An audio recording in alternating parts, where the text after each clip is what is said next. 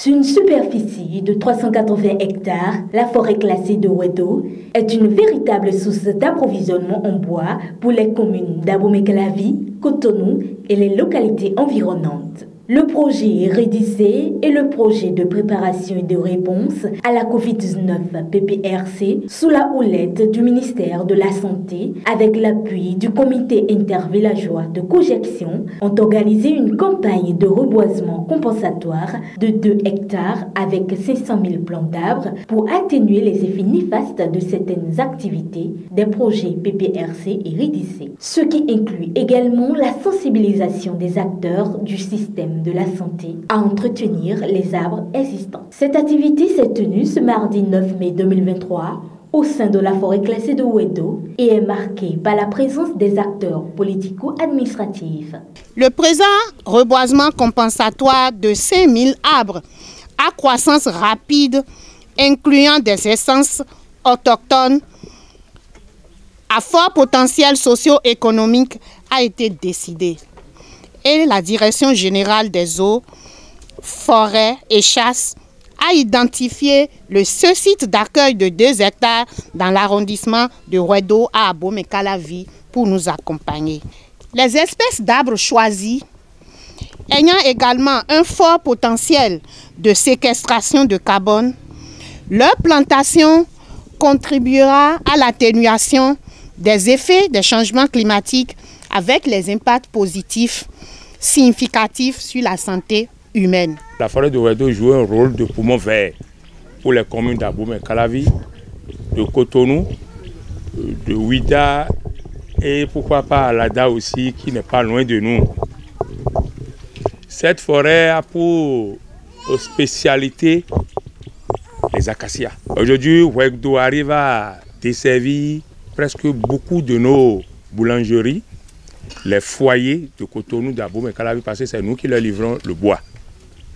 Et nous avons des acacias qui ont une rotation, c'est des populations qui ont des rotations de 7 ans. L'Organisation mondiale pour la santé OMS ainsi que la Banque mondiale ne sont pas restés en marge de cette activité de reboisement. L'environnement est un facteur qui agit sur la santé et c'est une des raisons pour lesquelles l'OMS a pris part à pouvoir participer à cette initiative aujourd'hui parce que du changement climatique, nous comptons aujourd'hui des morbidités, c'est-à-dire des maladies liées au changement, mais également des décès. Il est dit que d'ici 2030 à 2050, on pourrait avoir plus de 250 000 décès liés au changement climatique.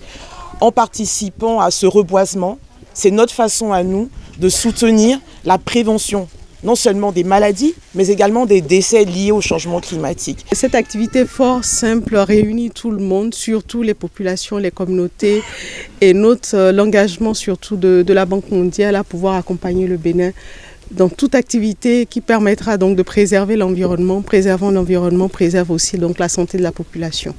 Au nom du ministre, tout ce que votre projet a pu faire dans le cadre de la gestion de Covid, qui est une pandémie, qui a ralenti les activités d'un certain nombre de personnes, d'un certain nombre de groupements, vous êtes venus aujourd'hui combler un vide à travers cette action. Le maire de la commune d'Abomey-Calavi, Angelo Awandinou, au nom de tout le conseil municipal, a félicité l'implication du ministère de la Santé dans le présent programme de reboisement et met un accent particulier sur les bienfaits de la biodiversité. La biodiversité, comme vous le savez bien, répond directement à nos besoins primaires en apportant de l'oxygène et de la nourriture et surtout de l'eau, en contribuant au développement des activités humaines et en fournissant les matières premières et les énergies nécessaires à la vie.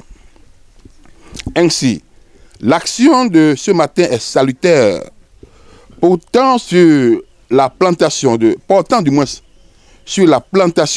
5000 arbres à croissance rapide, incluant des essences autochtones à fort potentiel socio-économique sur un périmètre public protégé de 2 hectares dans cette forêt classée de Wedo. Contribuer à la sauvegarde de notre environnement, c'est lutter contre les changements climatiques qui nuisent dangereusement à notre écosystème et surtout à la santé humaine.